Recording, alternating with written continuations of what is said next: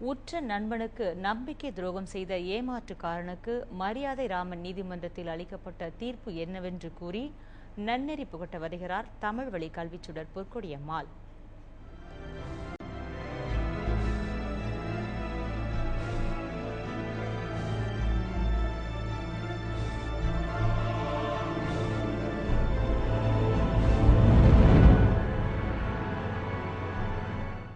சத்தியம் தொலைக்காட்சி அன்பர்களுக்கு என் வணக்கம். 2 நண்பர்கள் இருந்தாங்க. அவங்க இருவரும் ஒருவருக்கொருவர் உற்ற துணையாக விளங்கினார்கள். அவ்வாறு இருக்கும்பொழுது ஒரு நண்பர் வெளியூர் சென்று ஒரு அவசர வேலைக்காக போகும் நிலை ஏற்பட்டது.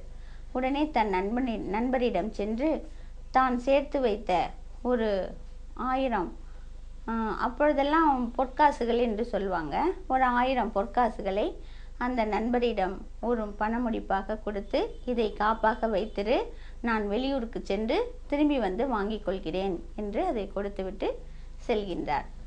சிறிது காலம் தன்னுடைய வேலையெல்லாம் முடித்துவிட்டு திரும்ப நண்பரை பார்த்து நண்பர்கிட்ட மகிழ்வாக பேசியிருந்து விட்டு, சரி நான் கொடுத்த அந்த தொகையை என்னிடம் திருப்பி கொடு என்று கேட்கிறார். நீ எப்பொழுது கொடுத்தா? இனி கொடுக்காமலே என்னிட்ட வந்து கொடுத்தேன் என்று கேட்கிறாயே என்று அவர் சொல்கிறார். உடனே அவர் இந்த நண்பன் இதை மரியாதை ராமனிடம் இந்த வழக்கை கொண்டு செல்கிறார். உடனே அவர், தம்பி, நீங்கள் அந்த பணத்தை கொடுக்கும் பொழுது யாராவது சாட்சிக்கு இருந்தாங்களா அப்படின்னு கேட்கிறார்.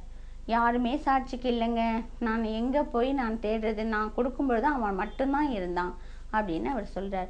இல்லை தம்பி, நல்லா எண்ணி பார்த்து சொல்லுங்கள், யாராவது இருந்திருப்பாங்க அப்படின்னோடனே இவன் ரொம்ப வெறுப்பாக, இந்த நண்பன் வெறுப்பாக, ஐயா ஒரு மரம் தாங்க அங்கே இருந்தது, அந்த மரத்தை தவிர வேறு எந்த சாட்சியும் இல்லைங்கய்யா அப்படின்னு அவன் ஒரு வேண்டா வெறுப்பாக ரொம்ப வெறுத்து போய் சொல்கிறார். உடனே அந்த மரியாதை ராமன் சொல்கிறாரு, நீங்கள் போய் அந்த மரத்தை அழைத்து கொண்டு வாருங்கள் என்று சொல்கிறார்.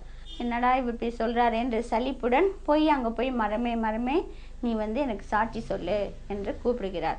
ரொம்ப நேரம் கூப்பிட்டு பார்த்தா மரம் வரவே இல்லை.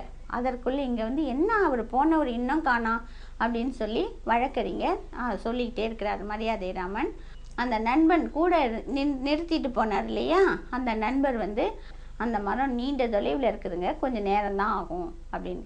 இதிலிருந்து உடனே அந்த தம்பி திரும்பி ஐயா மரம் வரவே இல்லைங்கய்யான்னு சொல்லிட்டு அவர் அழுதவாறே சொல்கிறார். உடனே இங்கே மரம் சாட்சி சொல்லிடுச்சு தம்பி, அதாவது இவரே சொல்லிவிட்டார், அந்த மரம் எங்கே இருக்கிறது என்பதை இவர் சொல்லிவிட்டார். அப்படி என்றால் அந்த மரத்துக்கு அடியில் நின்று தான் நீங்கள் பணம் கொடுத்துருக்குறேங்கிறத தெளிவாக இவர் வாயாலேயே ஒப்புக்கொண்டு விட்டார் என்று அந்த வழக்கறிஞர் சொல்லி இந்த 1000 பொற்காசுகளை அவருக்கு திருப்பி கொடு என்று சொன்னது மட்டுமல்லாமல் அவருக்கு தண்ட காசும் போட்டு அவருக்கு அறிவுரை கூறி திருப்பி அனுப்புகிறார். இதிலிருந்து நாம் நண்பர்கள் ஒருவருக்கொருவர் எந்த துரோகச் செயலும் செய்யாமல் அவர்களுடைய நேர்மையாக நட்பு கொள்ள வேண்டும் என்பதும் தெரிகிறது.